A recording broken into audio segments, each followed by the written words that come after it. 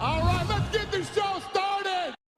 Justin Gaethje says an immediate rematch with Ilia Topuria isn't happening. Speaking to RMC Sport Combat, Gaethje dismissed the idea of running it back with Topuria, saying Arman Tsarukyan deserves the next title shot more than Topuria does.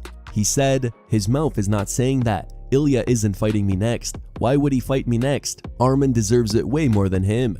I didn't knock Ilia out. I didn't get lucky. I beat him up. He's going to have to get a win before he fights for the championship. He didn't say he wants a rematch. If I hear him say he wants a rematch, I would be very surprised. We haven't even seen him since his loss at UFC 329. John Anik and Kenny Florian don't think Justin Gaethje will ever fight in the octagon again. Speaking on the latest episode of the Anik and Florian podcast, they argue that Gaethje has earned the right to retire on his own terms, leaving the sport as a champion and one of the most respected and beloved legends in MMA. And not saying that I feel that now, because when I watched the fight back, there were spots that I could have capitalized on, but I was hindered in a way that I could not. I just didn't do that. I'm gonna say I could not. I just didn't do that. So yeah. reflecting on it, I don't feel the greatest because of all that, the representation. But yeah, losing sucks. Usman also opened up about his future, responding to Henry Cejudo's suggestion that he move back down to welterweight and face someone like Carlos Prates. However, Usman admitted he's seriously contemplating retirement and questioning whether continuing to fight is still worth it. You know, it's a good observation, but let me just be honest.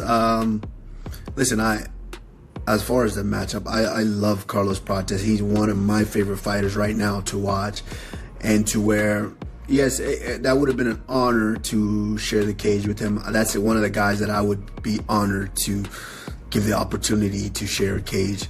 But I'm only interested in that if it's for a title, because I don't want to be the reason why he's not fighting for a title. And you know, also, I guess that the little bitty shitty voice inside of us also goes, I'm not trying to get beat up by that guy if it's not for the title anyways. So listen, I'm just, right now, I have to just sit with the coaches, sit with the team, assess kind of everything, and assess the place where I'm at in my career, and just all in all, and just see whether it's worth continuing to do this, whether it's worth continuing to put them through that. Because listen, I've never really gone out there and not represented them appropriately.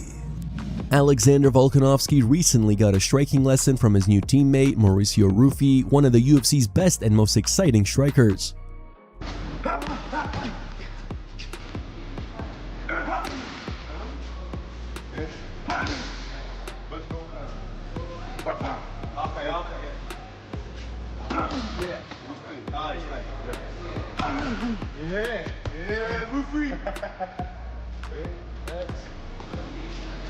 Watch. Watch.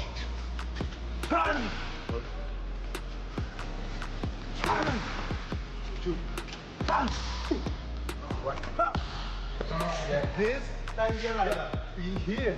Yeah. Dang. No problem. Every.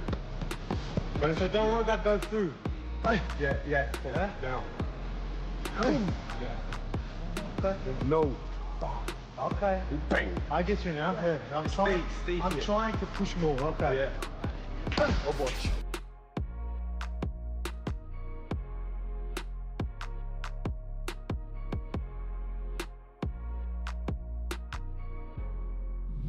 Ian Garry's brother appears to have called him out, accusing the UFC star of lying and portraying himself as the victim.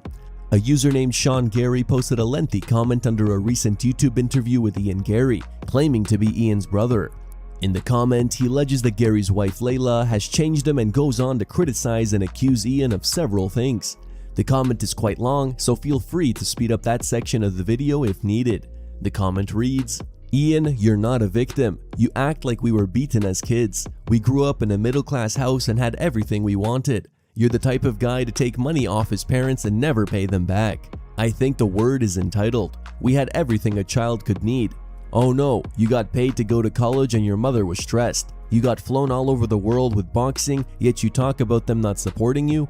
Dad personally got involved in your boxing the whole time, even when he was sick and in chronic pain. Do me a favor and explain that one, Ian. We attended every one of your fights and we always believed you could do it. But Layla, who met you when you were only a few fights away from the UFC, is suddenly the one who had faith? No way, really, you were already there. You're an avoidant person like me, but I've grown up emotionally unlike you. You hide from negativity because you can't cope with the reality of your own actions. Missing your granddad's funeral, was that a real man thing to do? Not even a text, lad. I'm missing something here. World run by Layla, more like. Funny, before you met her, you talked about family very differently. Or were you still too immature at 21? Funny that. Do me a favor, Ian. I've been so quiet about your situation because I still feel bad for you.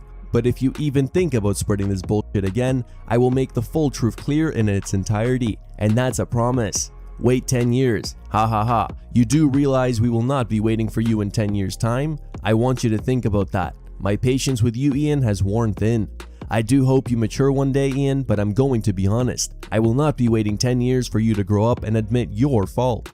Delete count 4, talk about controlling the narrative, delete it again, and I'm not gonna hold back. And here's how the MMA community reacted to Sean Garry's harsh comments about his brother. One fan wrote, Islam may not find a finish against Garry, but his brother sure did. Not even his family likes this dude. People are forcing the hate against Islam so bad. Another fan commented, obvious case of a man finding a woman that will control his life and consume his soul. Ian has to get out of there, but he never will. How does he always manage to find a way to become more unlikable? This will absolutely haunt Ian in every press conference moving forward. Another fan said, when your own flesh and blood expose you on the internet, yeah, it's raps. I don't trust any man who takes their wife's last name. I wonder what the 10-year thing is all about. Another fan said, we didn't even need his brother to come out before we knew the kind of man that he is. Claimed to be family oriented, but he's just a weak man that's about to get choked out. Man, I'm trying to like Ian, but it's damn near impossible now. Quick heads up guys, if you're enjoying the content, please give it a like, subscribe to the channel, and hit the hype button to help us reach more viewers. Now back to the news.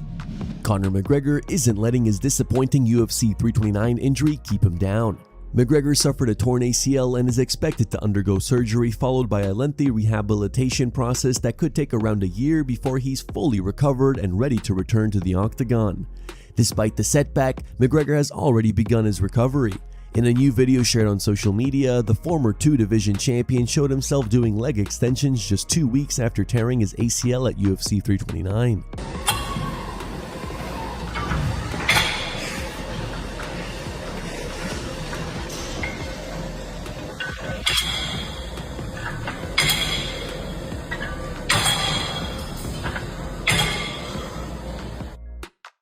Here are the top 3 memes found on the internet. Number 3 meme was posted by Helpful Today. Number 2 meme was posted by COD Psychological. And number 1 meme was posted by Smash Talk.